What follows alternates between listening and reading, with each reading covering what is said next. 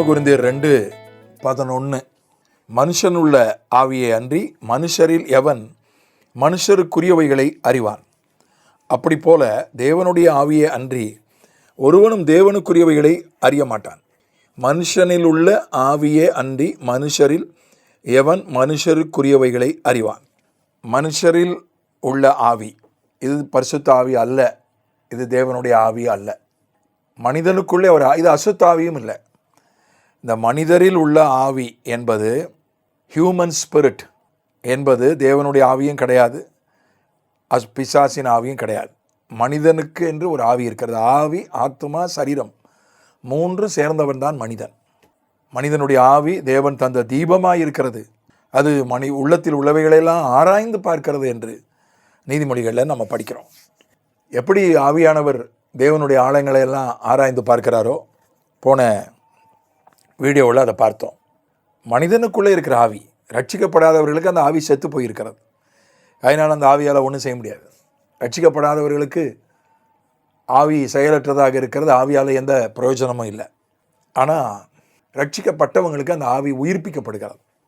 அந்த ஆவி உயிர்ப்பிக்கப்பட்டு அந்த ஆவி அது உள்ளத்தில் உள்ளவைகளையெல்லாம் ஆராய்ந்து பார்க்கிறது. ஏன்னா சங்கீதம் 64:6 சொல்கிறது, நம்முடைய மனிதனுடைய உள்ளம் இருக்குது பாருங்கள், அது ரொம்ப ஆழமானது. அதை ஏதோ நமக்கு வரக்கூடிய அவர்கள் நியாயக்கேடுகளை ஆய்ந்து தேடி தந்திரமான யோசனை நிறைவேறும்படி பிரயத்தனம் பண்ணுகிறார்கள். அவர்களில் ஒவ்வொருவனுடைய உட்கருத்தும் இருதயமும் ஆழமாய் இருக்கிறது. ஒவ்வொருவனுடைய உட்கருத்தும் இருதயமும் ஆழமாய் இருக்கிறது. இந்த மனிதன் கர்த்தர் நமக்கு கொடுத்திருக்கிற ஆவி, ரட்சிக்கப்படாதவர்களுக்கு அது செத்த நிலையில் இருக்கிறது. ரட்சிக்கப்படும்போது அந்த ஆவி உயிர்ப்பிக்கப்படுகிறது, அது செயல்பட ஆரம்பிக்கிறது. அது உள்ளத்தில் உள்ளவைகளெல்லாம் ஆராய்ந்து பார்க்கிறது. நம்முடைய இருதயத்தில் உள்ளத்தில் என்ன இருக்குது. ஏன்னா உள்மனம் வெளிமனம் அல்லது உள்மனம் மேல்மனம் அப்படின்னு இருக்குது. Subconscious, conscious. சப்கான்ஷியஸில் உள்மனதில் இருக்கிறது நமக்கே தெரியாது. சில நேரம் அது கனவுகளாக வெளிப்படுகிறது. அது அப்படியே ஆழத்தில் போடப்பட்ட கல்லை போல் உள்ளுக்குள்ளே இருக்குது. அது பல விதங்களில் நம்மள வெளிப்படுகிறது, மறைமுகமாக வெளிப்படுகிறது. மேலோட்டமாக இருக்கிற கவலைகள், பயங்கள், கோபங்கள், ஆசைகள் அதெல்லாம் மேலோட்டமானவை. ஆனால் ஆழத்தில் இருக்கக்கூடிய குளத்துக்குள் எரியப்பட்ட கல்லை போல கிடக்கிற காரியங்கள் அது ரொம்ப ஆழத்தில் கிடக்குது. அதை இந்த ஆவி தான், உள்ள ஆவி தான் ஆராய்ந்து பார்க்கிறது. அதை மனோதத்துவ நிபுணர்கள் ஹிப்னாட்டைஸ் பண்ணி ஆழ் நிலை தூக்கம், மனோதத்துவ தூக்கத்துக்குள்ளே ஒரு மனிதனை கொண்டு போய் மெஸ்மரிசம், ஹிப்னாட்டிசம்னு சொல்லுவாங்க. அவங்க உள்ளத்தின் ஆழத்தில் என்ன காயம் இருக்குது, என்ன கசப்பு இருக்குது, என்ன நினைவுகள் இருக்குது அப்படின்னு வெளியே கொண்டு வரதுக்கு முயற்சி பண்ணுறாங்க. சில நேரங்களில் வெற்றி பெறுறாங்க. ஆனால் நம்முடைய ஆவி நமக்குள்ள அது ரட்சிக்கப்பட்டு இருந்தால், அது நல்ல பலத்தோடு இருந்தால், உள்ளான மனிதன் பலத்தோடு இருந்தால், உள்ளான மனிதன் என்கிற ஆவி பலத்தோடு இருந்தால், நம்முடைய அடிமனதில் இருக்கிற சப்கான்ஷியஸில் இருக்கிற எல்லாவற்றையும் ஆராய்ந்து பார்க்க முடியும். நம்மையே நாம் புரிந்து கொள்ள, உணர்ந்து கொள்ள அதுக்கு உதவியாக இருக்கும். அதே போல் நீதிமொழிகள் 18:4 சொல்கிறது, மனிதனுடைய வாய்மொழிகள் ஆழமாக இருக்கின்றன. மனிதன் பேசுகிற வார்த்தைகள், மனிதனுடைய வாய்மொழிகள் ஆழமான ஜலம் போல் இருக்கும்.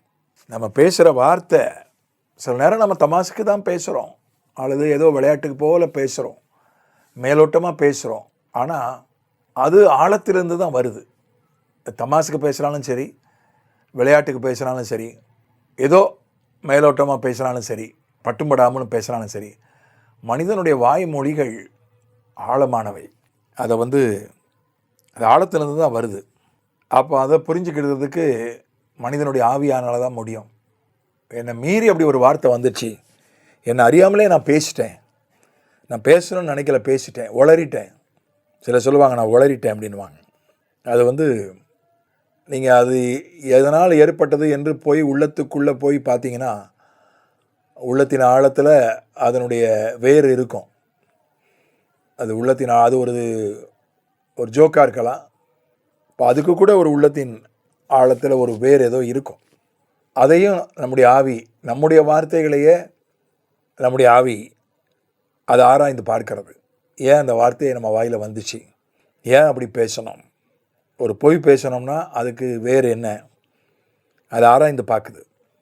பெருமையாக ஒரு பேச்சு பேசுகிறோம் அல்லது பகையோடு கூடிய ஒரு பேச்சை பேசுகிறோம், நம்முடைய ஆவி அதை ஆராய்ந்து பார்க்கறது. அதை ஆராய்ந்து பார்த்து அது தப்பு, அதுக்கு இந்த வேறு, அந்த வேறு வந்து அதுக்கு இதான் வேறு, இதனால தான் பொய் வருது, இதனால தான் பெருமை பேச்சு வருது, இதனால தான் பகையை மூட்டக்கூடிய பேச்சு வருது அப்படின்னு அது அந்த வேரை கண்டுபிடிக்குது. அதை நாம் ஜெபத்தினால வசனத்தினால அதை நாம் பிடுங்கி எறிவதற்கு நமக்கு உதவியாக இருக்கிறது. ஆக மனிதனுடைய ஆவியே அன்றி மனுஷரில் எவன் மனுஷனுக்குரியவைகளை அறிவான். ஆகவே அந்த உள்ளான மனிதனாகிய ஆவியில் பலப்படுவோம். ஆமென்.